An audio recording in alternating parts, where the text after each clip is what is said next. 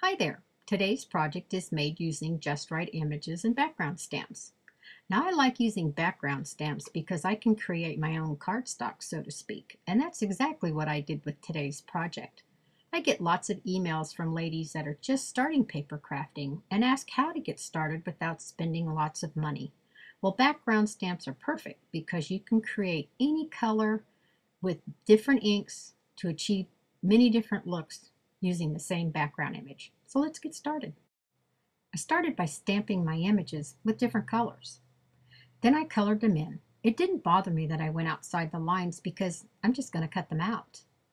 The stick pins shown in this picture are from one of my fellow design team members listed below.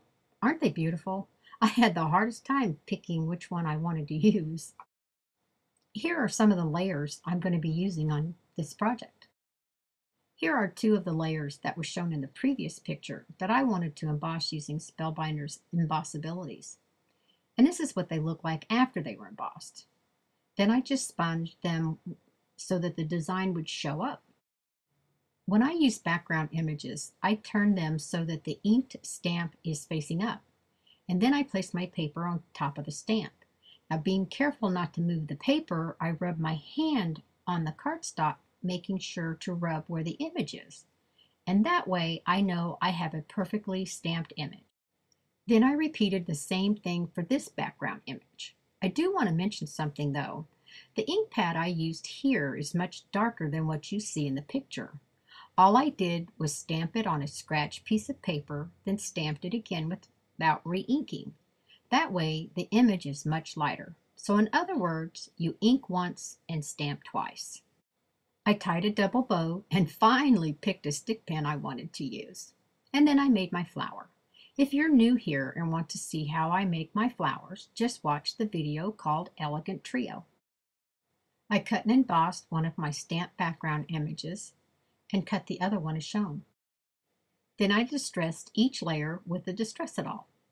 And here I cut a vanilla piece of cardstock 1/4 inch larger on all sides for my card base.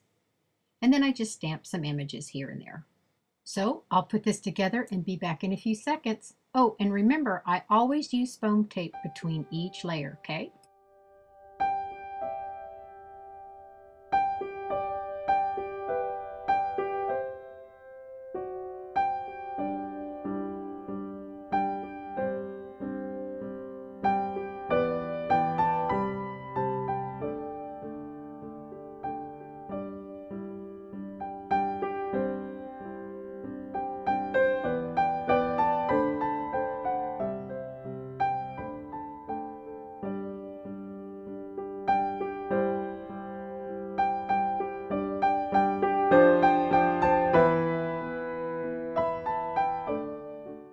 And that's it.